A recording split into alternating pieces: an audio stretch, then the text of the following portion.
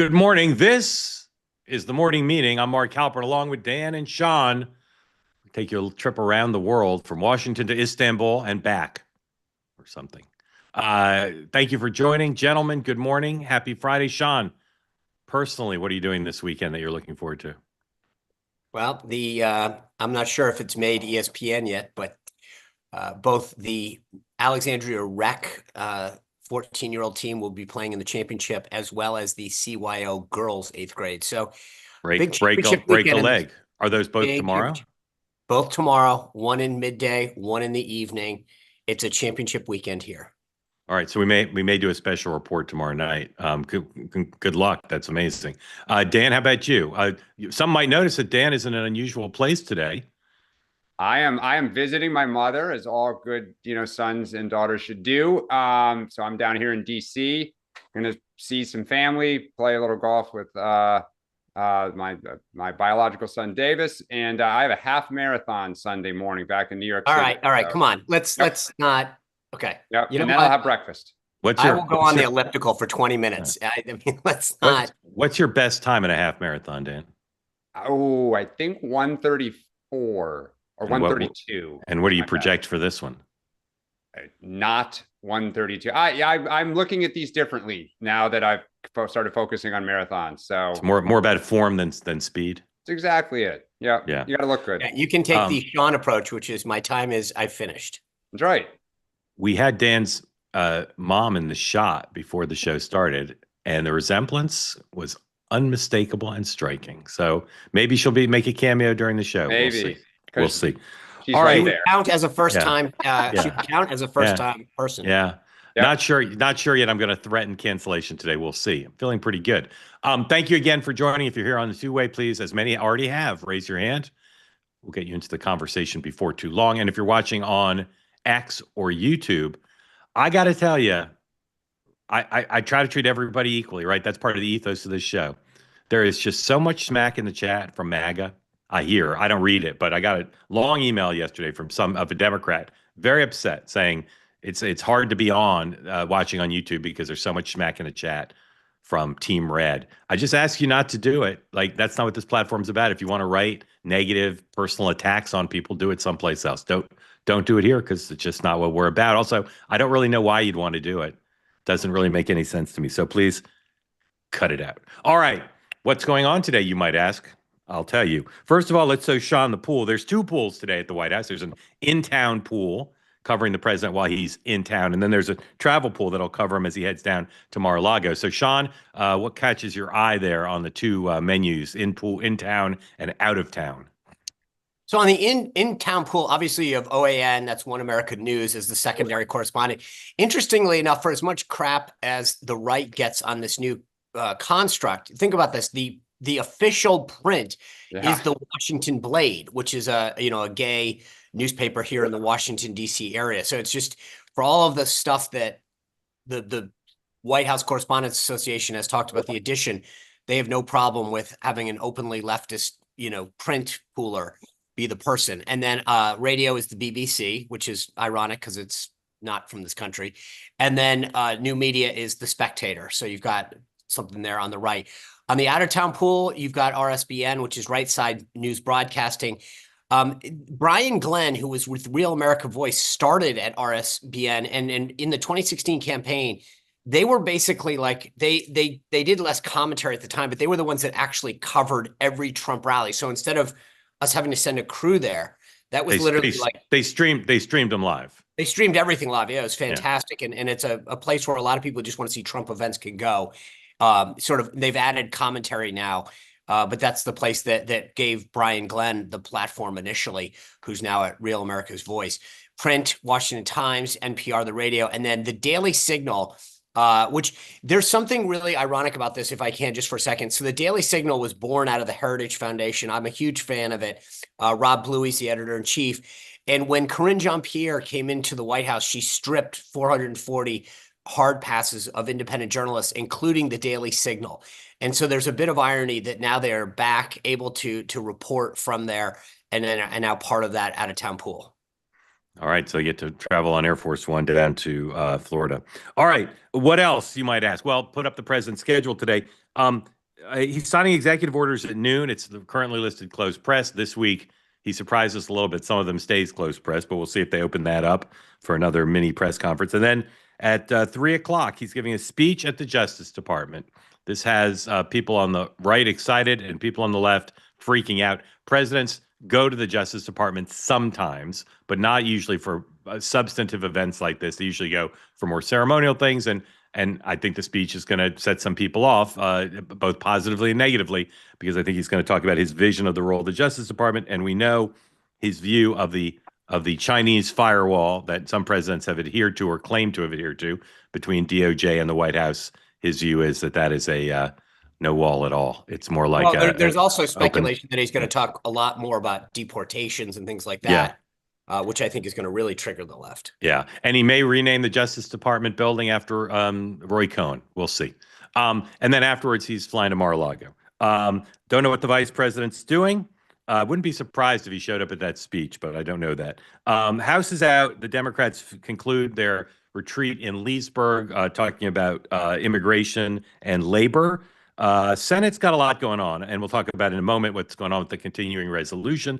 They're also, Senate Finance is having a confirmation hearing for Dr. Oz to be head of the part of the HHS that oversees Medicare and Medicaid. By the way, that's yeah. Centers for Medicaid Services. If you really want to go hunting for where the money is of all of HHS, that's, I mean, off the top of my head, I don't know, 2/3, but the real money is there. What's that old Willie thing that if you want to go, why do people rob banks? Because that's where the money is. That's where you're going to see the real action. That was formerly headed by Seema Verma in the first Trump administration, but this is a real place for reform, for efficiencies, things like that. All right. Correct. So lots going on with the Trump administration and some troubles there, but we're going to start with the Democrats. Okay. Chuck Schumer last night said he was going to vote for the continuing resolution. So far, as far as I know, the only two Democrat senators who've said, of the 8 needed, who've said they will, are Schumer and Fetterman. Many who people, including Dan, had listed as possible votes for it, have now come out publicly and said they won't. So I'm not sure there's going to not be a shutdown, if I may use a double negative, because I don't see the 8 votes. We'll get to that in a second. Let's talk about Chuck Schumer. He is taking a lot of heat from the left here. 109, please. This is a tweet very representative of what the House wing of the party and the progressive wing of the party are saying now about Chuck Schumer. This is AOC's chief of staff. In a political economy that requires attention and friction, we are passing up a huge opportunity to fight an unpopular president and his billionaire buddy. No one knows what we stand for, and that will continue. Big fat L for lose or loss or maybe loser. Similar tweets from not just the left of the party, but from more of the center left, I'd say, Susan Rice and Neera Tanden, two of Joe Biden's top domestic policy advisors, both also went on X and slammed Chuck Schumer without any hesitation, saying that he blew it. Now, we talked yesterday about this. Some are saying it's fine where he ended up, but he didn't play his weak hand well. Others are saying he should have found some way to get some concession for doing this. Dan, is Chuck Schumer getting a bad rap? No, because this is completely of his own making. I mentioned this a week ago, and I put it on X, I think, at the end of last week. What were we trying to achieve? What was victory? What had we done for the last couple weeks to lay the groundwork with the base, to set their expectations, to try to condition something that we could get, that we could achieve a little bit of a pound of flesh? It was nothing. In fact, Chuck Schumer was privately telling both his own members and anyone in Washington, including those in the press, that this was a terrible mistake, that the politics were terrible. And then in the public eye, he and Hakeem Jeffries were kind of saying, we're silent. And then they started saying, like, they don't have the votes and we're going to dig in. And it was terrible. Like, they were basically in private laying the groundwork to throw the towel in while getting the base's hope up. And somehow they thought that they were going to be able to kind of split the difference. And the base was going to say, okay, well, at least you kind of gave some effort. And so I mean, that tweet summarizes everything. The base is angry. They want us to confront people, but they don't know why we're doing it and what we want. And that has to be squared. Sean. You know, the thing is that you know, to echo what Dan said, what was bad was you stood strong Thursday night and then woke up and caved the next day. It looked pathetic. And in fact, it probably emboldened folks on the right to see this is exactly what we want to do. Take these guys on. They'll fold like cheap suits. It really made Chuck Schumer look weak and lacking any kind of strategy, which I think is the problem. As I put out on X this morning, they are dedicating a full hour of arts and crafts today at the Democratic retreat to make paddles to express their displeasure. The bottom line is he didn't have a strategy, and the one he executed really took them back a step. And I get why they're pissed. I would be too. I'm actually pissed at how pathetic it was. Yeah. So for the second, Mark is the political world is changing, and Schumer is still unsure how to play it. He was unsure in November. He was unsure in January, and here we are in mid-March. He doesn't know what to do. And that's his problem. And nor does Jeffries, but Jeffries, you know, the House you speak when spoken to. But also the House, at least he kept his guys together. I mean, Jeffries can say, hey, we all were opposition. Schumer looks like they're like, dude, what did you just led us to slaughter? Yeah. So for the second week in a row, because last week was the president's speech to Congress that the Democrats messed up, they've screwed up. They've lost the week badly because of their own errors at a time when President Trump has myriad weaknesses. You read the Wall Street Journal editorial page again. We'll get to this in a minute. Any day this week, President Trump's party is divided, but those divisions are being papered over by unity in Congress for the most part amongst Republicans, and this screw up by the Democrats that's manifest of their divisions and their lack of certainty, to say the least. Sorry, about how to go forward. Go ahead, Sean. But see, the bigger point is part of this within these, you know, the House conference and the Democratic caucus is when the leaders stand up on those weekly meetings, they try to get people fired up. And so Mike Johnson is going to go to his team next week and see, or when they get back, say, guys, look at what happened. We stood together, we stood firm, and they folded. This is what teamwork's. I mean, like, this is what gets you going and motivated. Yeah. And it's not just the votes themselves. It's the psychology of, hey, we're on the ascent. We're moving forward. 100%. That's a big deal. Yeah. As Haley Barbour says, in politics, good gets better and bad gets worse. And the Republicans now are so psyched up. And even though you guys both think Schumer, this was of his own making, we know last week the problems at the president's speech were of the Democrats' own making. Republicans can say, we're forcing them into this because we're putting our boot on their neck, and that's forcing them to mistakes. So the two larger manifestations of this division. First, the group, the third way, which is a center-right, center-left Democratic group that derives from the Democratic Leadership Council wing of the party, the Bill Clinton wing of the party. They are doing a new study, a lot of polling. They announced today, put up 108, please. And they're urging Democrats to focus on not having fights where their party position is unpopular, shuttering USAID, using government power to attack political opponents, firing indiscriminately, degrading the civil service, releasing J6ers, or blaming Ukraine for the Russian invasion, all are a combination of unwise, unethical, illegal, or unconstitutional. But none resonate much with key voters. So they're saying these things, we think these things are horrible, like every Democrat does. Put it back up, please. But we shouldn't be talking about them. Dan, is the third way right, that even though the party is entirely fired up and united around these issues, they just shouldn't talk about them? They should focus on the economy and the impact on voters that voters care about? Look, they should talk about them, but they're secondary issues. We go back to the 2024 election. The big things are the big things. Harris was talking about issues that voters kept saying over and over again in the polls were not their top concerns. What are we talking about right now? The big mistake last week, Trump has problems with inflation. He has problems on the economy. Poll after poll are showing it. Instead, you know, Al Green got up there, and what did he scream about? A mandate. You don't have a mandate.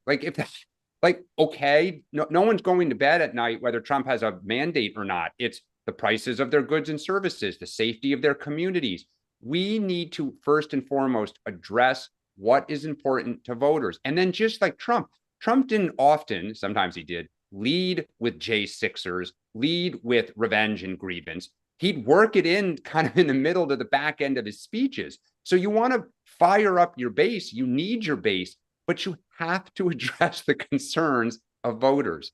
And we don't know what the heck we stand for. Sean, part of the frustration for Democrats is they are fired up and united around everything on that list. Yep. They all think these things are outrages.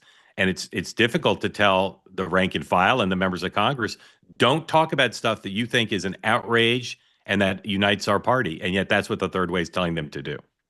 Exactly. I mean, that's the problem, is that there is the path forward is in front of them, and they don't want to take it because of where the far left is in the base of their party.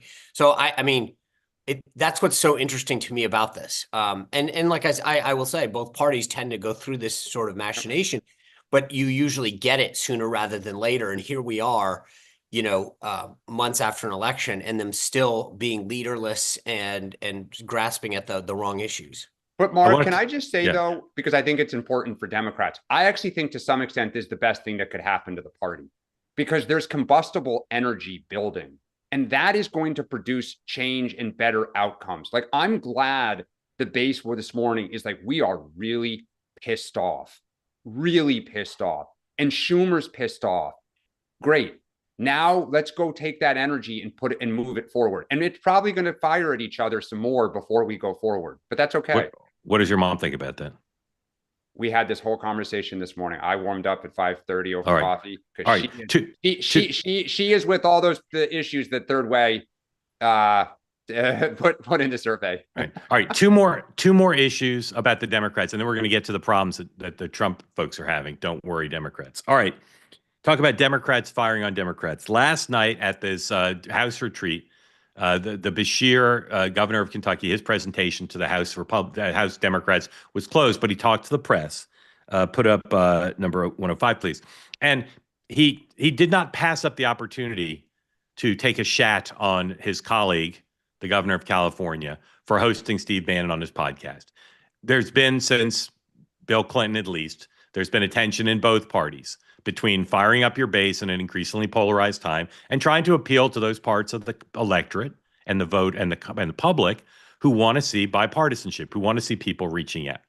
But for Beshear and for any number of other Democrats, Gavin Newsom's choice of guests for his first three podcasts was a bridge too far. And Beshear hit Newsom pretty hard, two guys who may well run for president, although I bet neither of them runs in the end. But there are two guys at least said to be thinking about it. Hit Newsom for having Steve Bannon on his podcast and for not correcting Bannon when he said things like, the election was stolen in 2000 and in 2020. So, Sean, is this skirmish meaningful in any way, and if so, how? Oh, I think it's meaningful within the primary base, right? I mean, I think Newsom's playing a long game, and I think it's the smart move. And it's funny. I thought a lot about when I read that story, just about what we do and how that's the point, is that people are craving a real discussion. I mean, I was at the Irish embassy the other night for the Taoiseach's visit, and people from Ireland were like, I like watching, I feel like I'm getting insight into this. And when I was down in Florida yesterday with the pork producers, people were saying the same thing. I really enjoy getting a sense of like no one yelling at each other and actually hearing both sides. I think it's a smart move politically. I actually think, as I mentioned the other day, it's more to the point that Newsom should start a podcast, not run for governor, or run for president rather. But I would, if I were Beshear and wanted to be more, run in a primary, I'd be taking pot shots all day long and saying, look at this guy. He's human. I mean, the word they use, humanizing Steve Bannon, normalizing him.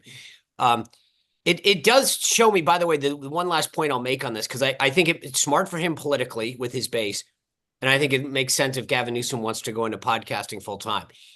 But I will say it was really interesting of the Axios write-up of this, which was more like, it's funny how many of these guys on the right, despite my concerns about what we're doing to help them, are willing to sit down and have good discussions with Gavin Newsom and others, right? It's Steve Bannon, Charlie Kirk, the biggest flamethrowers on the right are willing to sit down, and you don't hear any kind of name calling from our side about doing that.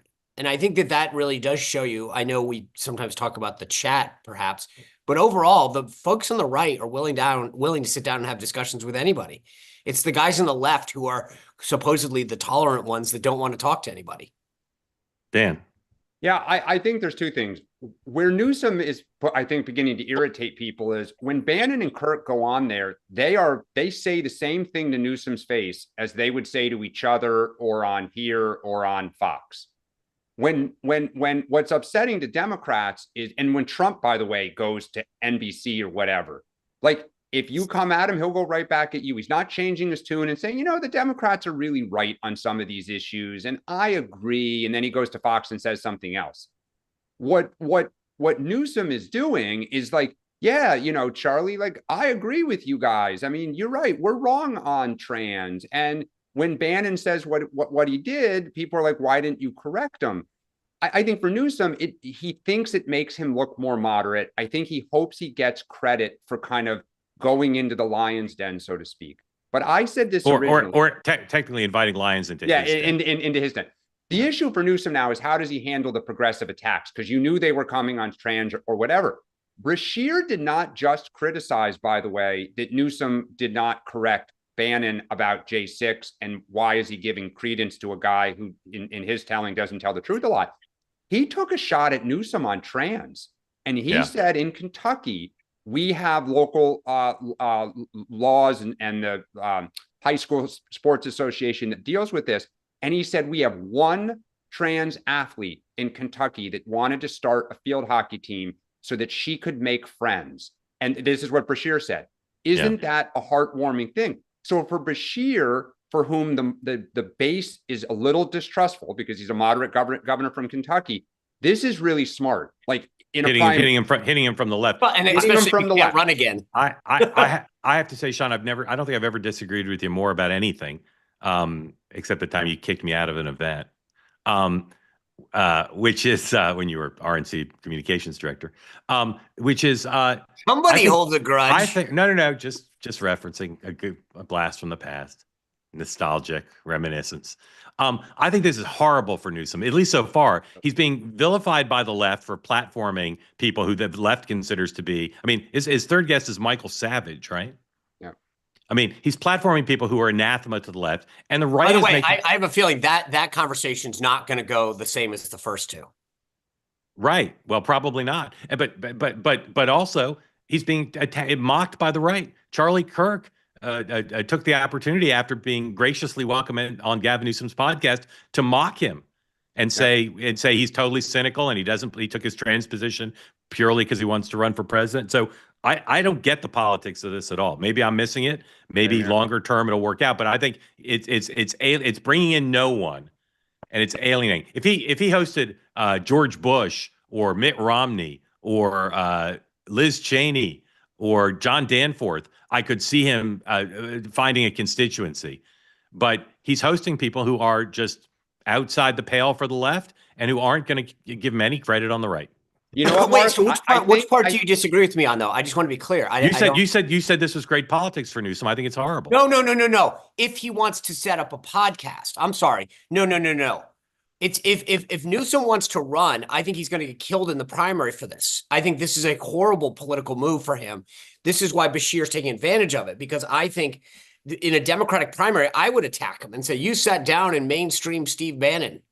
Did I mishear? Hold on. Didn't Sean say this was great politics? Did I misunderstand? No. So okay, I'm not trying to accuse you of. I'm blaming myself. No. I wasted a lot of the show saying we disagree. But I thought you said it was back in a minute. But I will say this just so I'm clear, because there must be confusion. I think it's great politics for Beshear. It helps him in a Democratic primary. I think this is short-sighted for Newsom because he'll get killed in a Democratic primary for hanging out with these people. I mean, I could even attack him for that. I think the only thing Newsom says that is positive is we are talking about Gavin Newsom in the spring of 2025. Right. And that I think was his goal, but it was clumsy and just buffoonish. At best. All right, we got a ton to get to, and I don't want to use up all the time because we also have a lot of hands up. So let me try to go quick here. Dan, really quick. Who are the 6 Democrats besides Schumer and Fetterman who are going to vote for closure for the CR? It'll be older members that have been there for a while. Name them. Shaheen? I don't know who they are, but I trust Schumer will find them. Okay. All right. Let me go through some things on Donald Trump. Here is Professor Sonnenfeld, who teaches business at Yale, the School of Management. This is 107. He is often derided by the right as just being a liberal masquerading as a neutral person, but he does have extremely close contact with America's top CEOs. And here's what he had to say about what they think about what's going on in the Trump administration on its economic policies, in particular right now. 107, please. We had 100 CEOs across sectors, 60% Republican group, about 30% Democrat, 10% Independent, and they were overwhelmingly discouraged. There was a lot of goodwill that had been accumulated after the election, even though most large CEOs didn't support it. Okay, you can kill that out. Sorry, we've got audio problem there. Basically, he said what I've been telling you, I've been hearing all week from corporate types and Wall Street, which is these policies are a disaster, echoing, you can read every day, one or two op-eds in the Wall Street Journal editorial page, that the business community has really lost faith in particularly the tariff policy and don't understand what he's doing. Now, last night, J.D. Vance and the second lady. Can I one quick political point? I don't know that the president gives a crap. These guys, hold on. Yeah, I mean, I just don't know that. I get it. All right. I thought he liked Mar-a-Lago members. Last night, here is J.D. Vance at the Kennedy Center with his wife, 106, please, going to see some Russian concert. Here's what happened to the vice president. National Symphony. Yeah, here's what happened. Symphony with. Kill that light! All right, they're spooing. Here is Ron Brownstein's headline, the headline of Ron Brownstein piece, 104, please. Looking at the data, making a very important point, which is in the first term, voters would often give President Trump low marks on a variety of issues, but they typically gave him high marks on his approval rating on dealing with the economy. And in this term, the economy numbers are way down. They're not his greatest strength. And there's lots of reasons for that, including the news coverage focusing on tariffs and some of the economic conditions that are a problem. Here is J.D. Vance last night with Laura Ingraham, 103, making a better case, frankly, than I've heard the president make or even Caroline Leavitt make regarding why the American people should trust that the tariffs are going to make their lives better. 103, First of all, please. I think the president's been very clear. He wants to impose tariffs on foreign importers because he wants to bring investment and jobs back to the United States of America. So what I'd say to those business leaders is I think the president has actually been quite clear about what he wants to accomplish: build more in the United States of America, invest more in the United States of America, raise wages for workers in the United States of America, and you don't have to pay these tariffs at all. There is, as the president has said, a recognition that we have to accept, which is that, look, Joe Biden left this economy in a disaster. He ran the highest peacetime deficits we've ever had in this country. He left us with a significant debt crisis. And the president has come in and said, look, we have to accomplish a lot of things simultaneously. We have to bring down inflation, which I think we're making some good progress on. We have to actually ensure critical government services like Social Security and the military function for the American people. And we also have to force businesses to invest more, not overseas, not in Chinese workers, but in American workers. Sean, I agree with you that the president cares what the CEOs think only slightly more than he cares what Adam Schiff thinks. And he doesn't really care if Phil Gramm writes an op-ed piece in the Journal saying whatever. But is he going to be unhappy with, as we head into the weekend and then next week, a judgment from the economic establishment, including some people on the Hill, that this thing isn't working?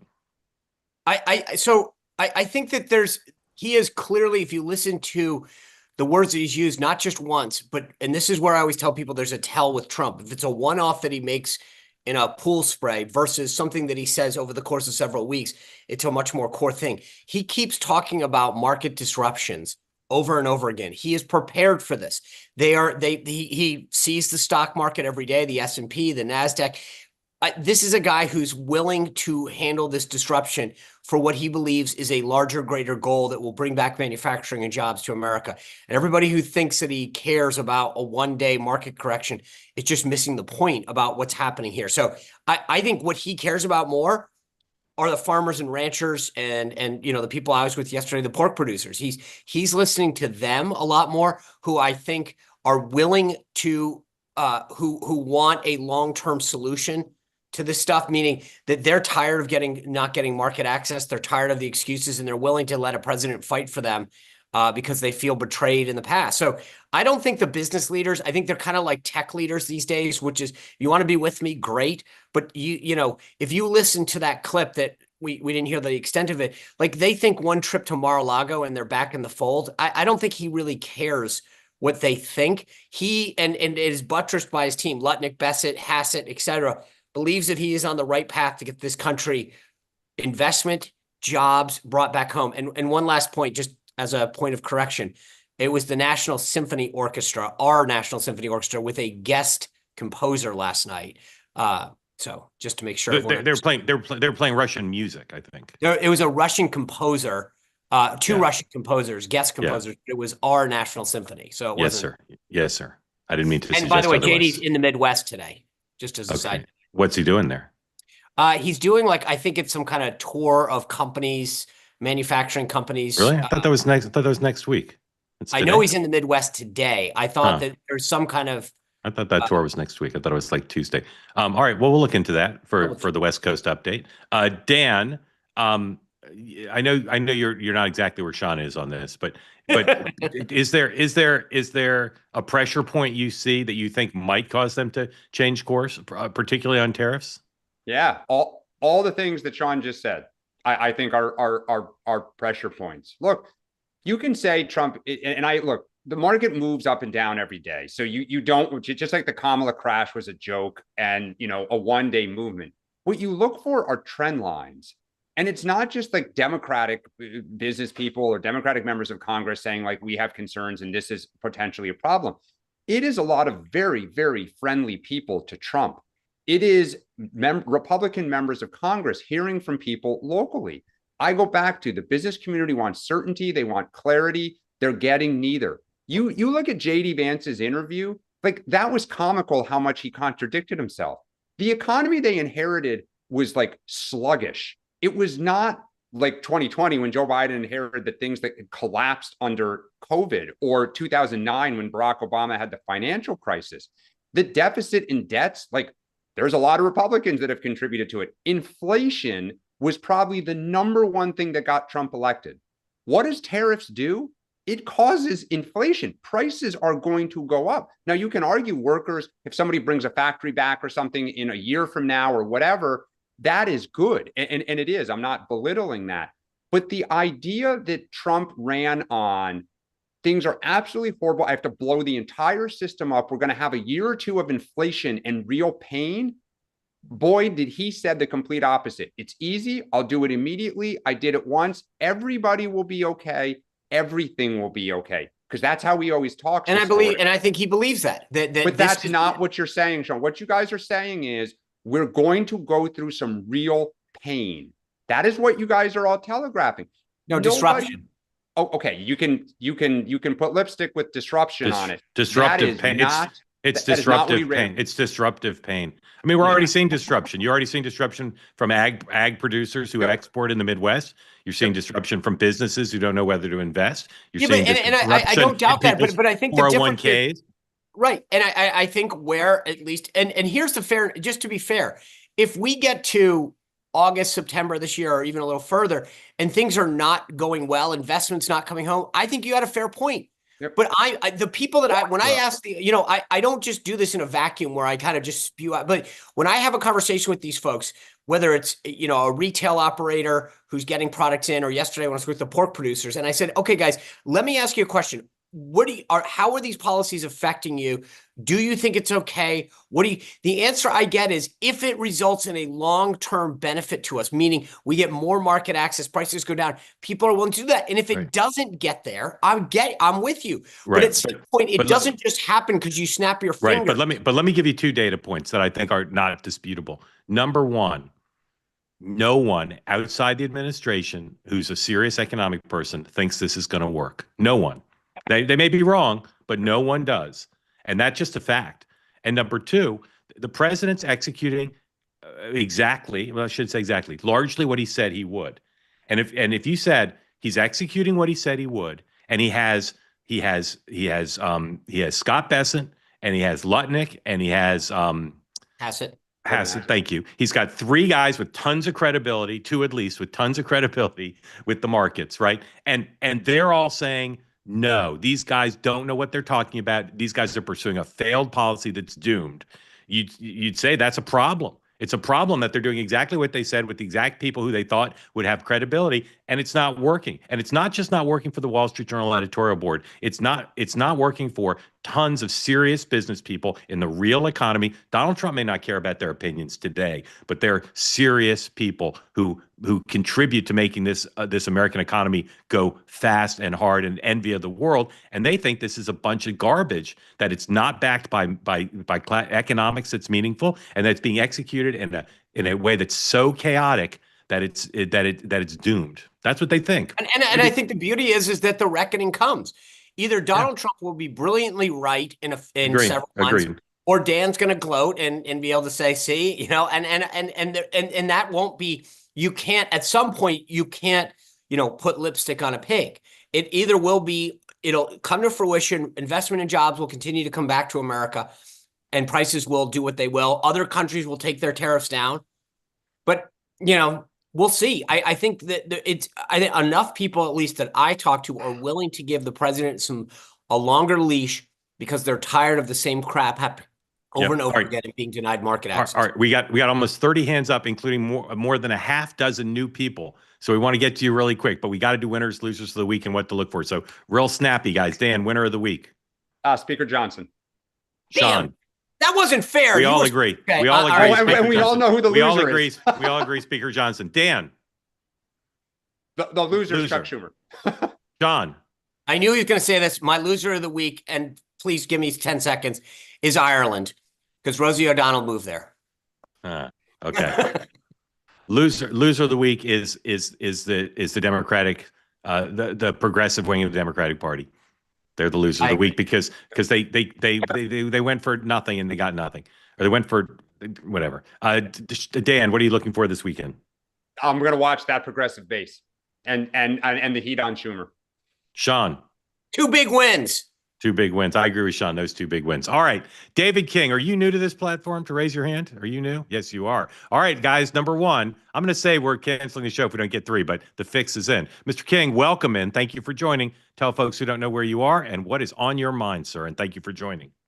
Thank you for having me, Mark. I'm in Louisville, Kentucky, Tom Massey's district. Nice.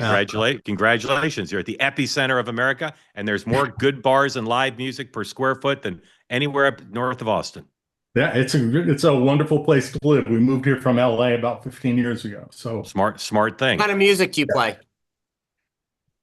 I'm learning the guitar. I'm just a music lover. You can see I've got the entire catalog of Bruce Springsteen behind me back there. Yeah. Despite that, I am a Republican, however.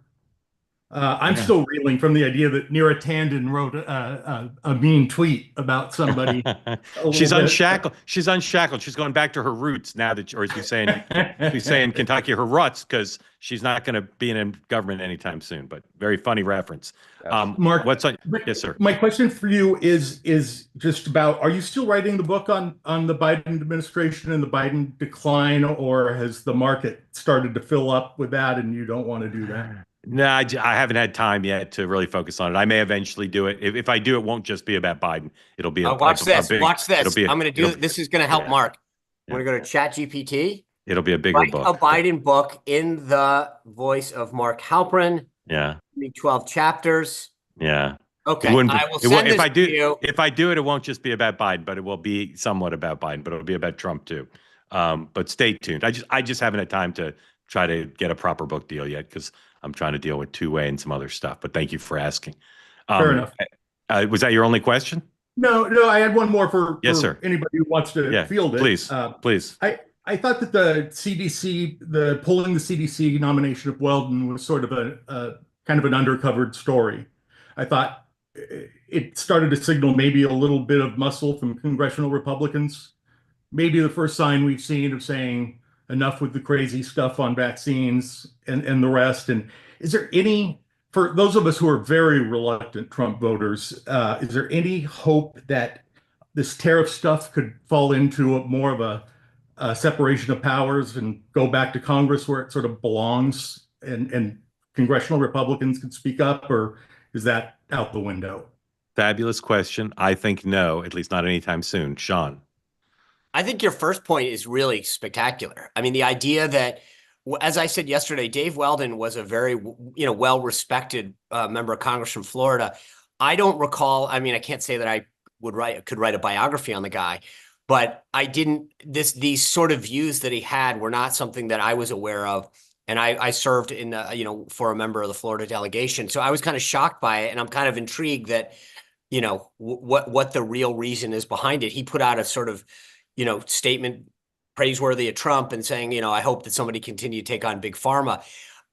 I was actually taken back because I do look at this as a win for big pharma, and I'm shocked that, again, more to your point, Dave, that like I was actually like, where's the reporting on this? What really happened? Like, is there something that we didn't see? Because, like I said, this is not part of Dave Weldon's narrative. He was not like an anti-vaxxer while he served in Congress. So I'm intrigued by it, and I think I'm glad you brought this up. On the second one, the answer is no, at least not for now. I mean, Congress, look, even when I did trade work back in the Bush administration, there's always a couple trade hawks that will argue constitutionally that they have technically, constitutionally, trade is supposed to evolve out of, the legislative branch.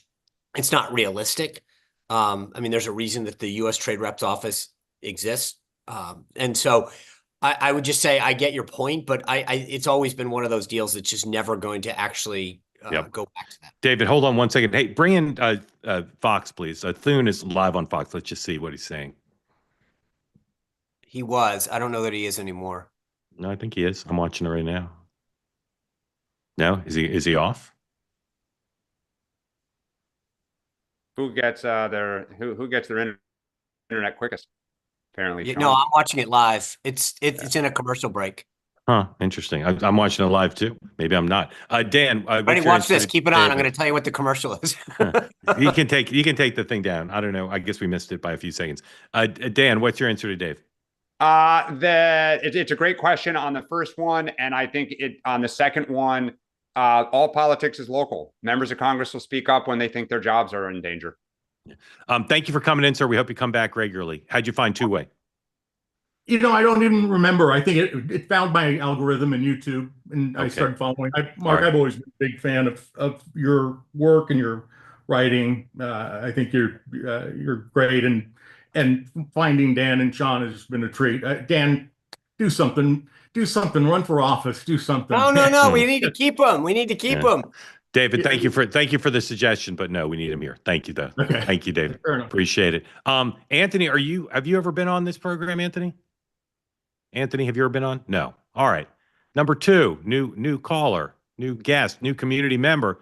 Ladies and gentlemen, Mr. Banks. Mr. Banks, unmute. Tell folks who don't know where you are. Thank you for being part of Two Way. I'm in Blythewood, South Carolina. Thank you for your program. I wanted to first say that I support the president's tariff policy. I'm a little disappointed so many people don't. But I want to first say that I'm supporting it by apologizing to Dan and his party.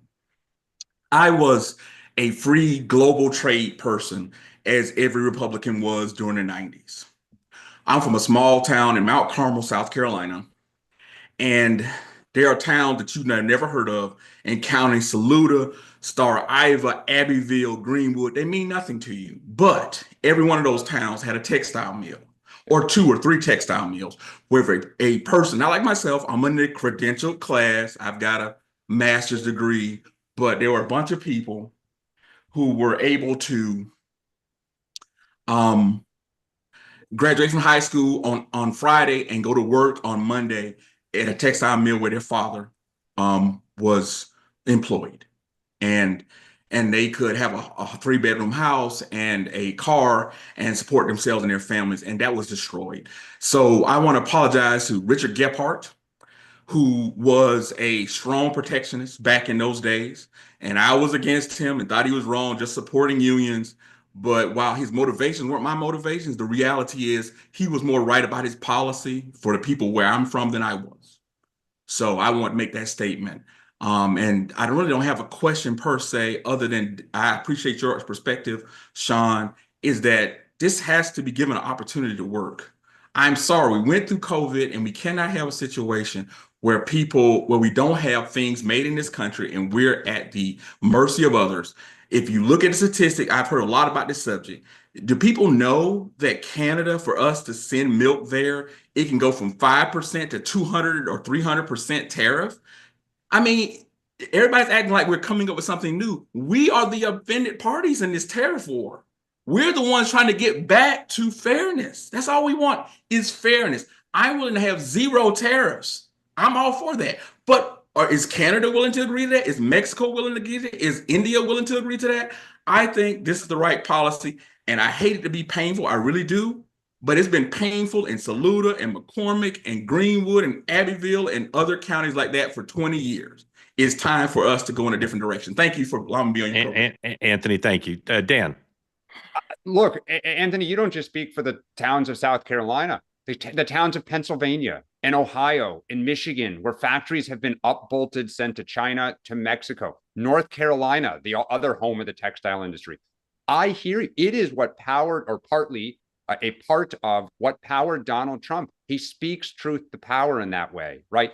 I totally agree. If he is able to get all these jobs to come back, to not have inflation skyrocket, and to have other markets open for us and our economy can grow while all of that is happening, amen. Like, I am rooting for America that we be successful. The question is, can those jobs come back, right? What is the trade-off in terms of costs on goods and services? How do you transition, through all of this? Those are it's really a question of, can you do all of that? But I completely hear you that it is right and appropriate to fight for these towns and for Americans that have seen their jobs go overseas. I mean, I've said this story before, when I lobbied on trade on behalf of free trade deals, one of our talking points was 67% of Americans benefit from free trade. It was a U.S. Chamber of Commerce statistics. You know what, in my stomach I cringed at? 33% did not. That's a lot of Americans. Well, I agree Sean. with that. Go ahead. Go. No, you go, Mr. Banks. Go ahead. I was just going to say, I appreciate that, Dan. If this will appeal to Democrats, this is how I would try to sell it to them. Not only do we need these jobs back for the workers, but think about the principalities that have been literally destroyed because their tax base has been destroyed. Totally. These cities don't have the tax base, the tax to business.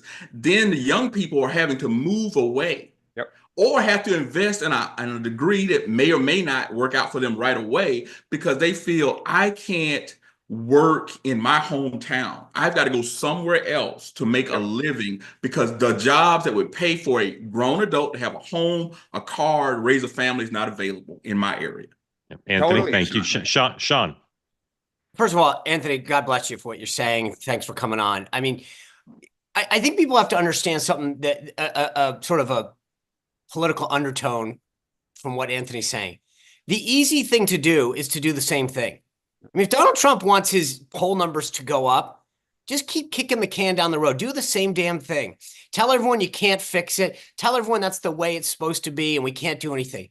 But to Anthony's point, why is it that whether it's NATO or trade, why is it that we have to be the ones to suck it up over and over and over again? Whether it's Canada, India, Japan, Mexico, why is it that it's harder for our farmers, our service providers, our manufacturers to go into their market, right? It shouldn't be. If you want access to the U.S. market, make it reciprocal. We're not asking for anything more than fairness. It's not free trade when it costs us more. No one would do this. If you went out to dinner every single night and someone said, okay, the bill came, I'll pay, 70%, you pay 30%. Over and over again, if somebody said, hey, at some point we might want to reconfigure this deal, you don't go, you're being so unfair to me.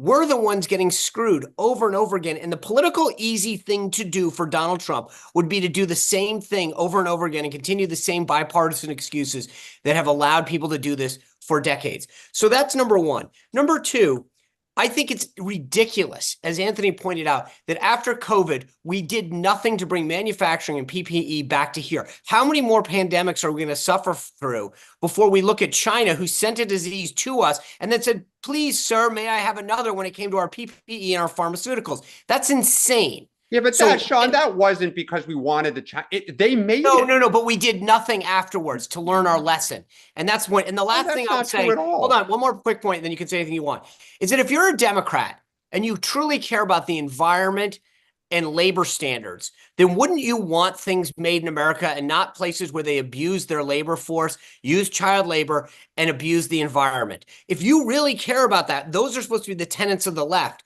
then you want things to come back to the United States where we make things with more labor standards and more environmental standards. So the left should actually support Donald Trump on this. Dan, real quick, because I want to get one more person in before we go. Yeah, I mean, Sean, look, I think the left, Bernie Sanders, that this is where the Sanders wing meets the Trump wing. And Democrats would be a huge mistake if we root against America. We want, Sean, in an ideal world, yes. The question is it possible to get all of this back without basically shocking hyperinflation and harming the U.S. economy? That's the issue, right? Yeah. Anthony, thank you for coming in. Appreciate it. All right, another new person, Sandy. Sandy, tell folks who don't know where you are. Again, Anthony, thank you. And what's on your mind? Thank you for coming on. I'm from Collingswood, New Jersey, and I'm an independent.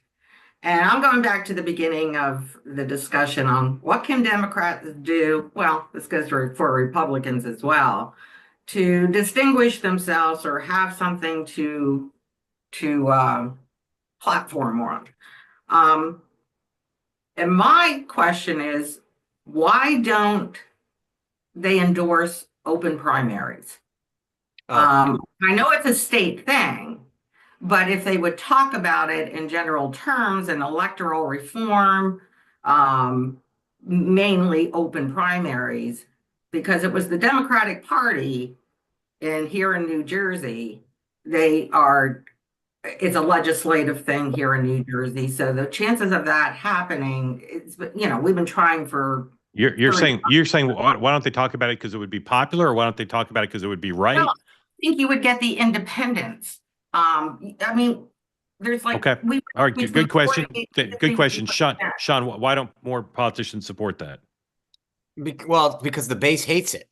I don't want open primaries. I don't want a squish representing me. I want someone who's going to fight for conservative values. And I mean, in Virginia, we went from conventions, and then a lot of people in the party said that we're getting unelectable people, so we pushed to primaries. But the bottom line is, I think most bases, and I'll let Dan speak for his party, but I don't like the idea. I want people who are going to be fighters. Dan. Yeah, I agree with Sean. The base. Sandy, thank you. So AOC just put out an email to her political list saying, call your senators and say to vote no on the CR. So she's not stopping. Hey, you think she primaries Schumer? I was just going to say. A lot of talk. I don't think so. There is a lot of talk, but I don't think she will.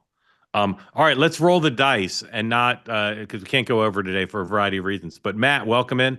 Tell folks who don't know where you are and what's on your mind, please. It's musician day, guitar day. It is guitar day. It looks a lot better hanging on my wall than it does whenever I play it. So calling in from central Louisiana in Alexandria, Louisiana. Welcome in, sir. Thank you for joining. What's on your mind? Yeah, I was driving back home from a work visit the other day and kind of had a thought that is kind of questioning my Republican identity. So I'm really curious to get Sean's take on this. So obviously driving through rural Louisiana, very red, Trump heavy voters. But knowing that a lot of these rural communities, just like the guy earlier talked about, where industry has left, the tax base has left, there's a heavy reliance on a lot of these federal programs to sustain quality of life in these rural areas. And when that's a large voting base for Republicans, and then you see the budget that's getting slashed, right? Whether it's the USDA budget, FEMA, if they slash their budgets, they assist local fire departments. And knowing that a lot of those decisions is coming from that new tech right, the people who are in the Austins now, and the people who are traditionally from LA but are now moving to they're not moving to rural parts of the country, right? They're moving to more Republican parts of the country, which aren't always the same thing. So I'm just trying to square that in my head and kind of see how we can move forward as a party without forgetting about our rural Republicans. Matt, great question. I'll point out that your state has the two top officials in the House, so hopefully they won't desert you. But real quick, thank you for that. Real quick, Sean, and then Dan. I mean, so there's 2 points that I would make. One is, I more and more you're seeing people migrate to these places. So I wish we had more time for you to distinguish geographically what you're driving at, because I mean, I see, especially post-COVID, people really wanting to go to places that are more rural, Idaho, Montana, South Dakota, places. They're in fact gentrifying and driving up the prices because of that.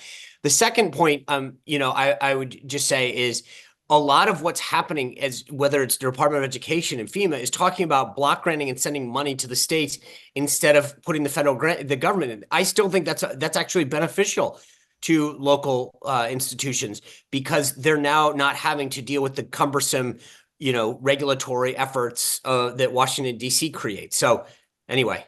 Agree completely. Dan, real quick, and then we'll give Matt one last word. Look, Matt, it's the $1 million question. Trump is essentially kind of starting to try to blow up the economy and blow up the government at the same time. It's no guts, no glory. If he's successful, he'll be historic. And if he's a failure, he'll be historic for the wrong reason. Matt, thank you. Very grateful to you. Thanks for coming on. Guys. Appreciate it. All right, Dan, we hope you have a great weekend with your mom and your family. Sean, we hope you go 2 for 2 and tell us remind people about your special guest tonight on your program at 6. Caroline Levitt. And I think we're going to make some news. Excellent. All right, we'll look forward to that. A couple things to tell you about. Tonight, 6 o'clock Eastern time on Two-Way Tonight, special episode. We're going to show you the episode of Table 17 we recorded earlier this week at the Olive Tree Cafe above the Comedy Cellar. Senator Bob Kerrey is our guest, comedian, blanking now, Sherrod Small, a comedian, and our great house band. So Michael Moynihan, Noam Dworman, it's a great group. And we're looking forward to having you see it. I know some of you watched it live and didn't love the production quality, had a little bit of a technical difficulty on the stream, but the audience in person loved it, and you'll love it too. So I hope you'll tune in tonight, 6 o'clock, to watch special edition of Two-Way Tonight, where we'll show you the first episode of Table 17. It's like a late night show. You got the band. It is like a late night show. There's some political talk, obviously, but you're going to see, for those of you who continue to tell me Two-Way is all about politics, and we'll always have a lot of politics here, you're going to see us starting to transition away from doing just shows about politics, and you're going to see we're doing a fashion show. Exactly, lots of new shows about lots of different things, and so please watch tonight. And then next Monday, in addition to our program being back in Two-Way Tonight, don't forget, it's an opportunity for the Two-Way community to spend time with the sponsor of Two-Way Tonight, David Bonson. David and I will be talking to you about the markets, what's going on in the markets, what's likely to happen next, what you should do about your investments. March 17th, 5 p.m. Eastern time. That's Monday, right? March 17th. It's St. Patrick's Day. 5 p.m. Yep. Yeah. 5 p.m. David will be here. He and I will run through what's going on in the markets, what's likely to happen next. And again, taking your questions. It's only for the Two-Way community on the Two-Way platform. So if you want to attend, please go to tway.tv/TBG, the Bonson Group. Sign up to attend. You can also on that page sign up to get David's great newsletter, Dividend Cafe, which I also recommend to you. It's not going to be on YouTube. It's not going to be on X. So if you want to come, listen to David, who's one of the smartest people I know about the economy, about politics, about the administration, you got to sign up to come and share the hour with us. Again, that's Monday, March 17th, 5 p.m. Eastern time, followed by the regular episode of Two-Way Tonight. Grateful to you all for another fine week. The show's not canceled because every day we asked, we got 3 new folks. I saw lots of new hands up today. We didn't even get to. I hope you'll come back. We didn't even have time to talk to Katie Johnson. Huge disappointment to me because we love whenever Katie raises her hand. Hi, Katie.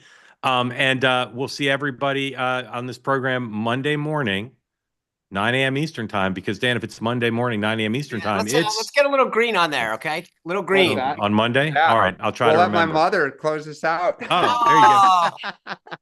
Great Just to see you. Know which color MAGA, like America hat is coming your way. You pick the color. I have to think of a good one to send to you, Sean. Tell us Anyway, Tell us glad to what- have what- you all in my living room. Thank you. Thank you for letting Dan be from there. Tell us something about Dan as a little boy that we need to know. Mom, be careful. He never stopped talking.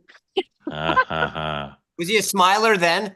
Oh yeah, he got put in the hall all the time for talking too much, as did his sisters. So yeah, it's a great All right. asset now.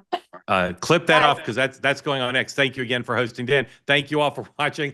We'll see you at 6 o'clock for a special edition of Two Way Tonight, Table 17. Have a great weekend. Bye-bye, everybody.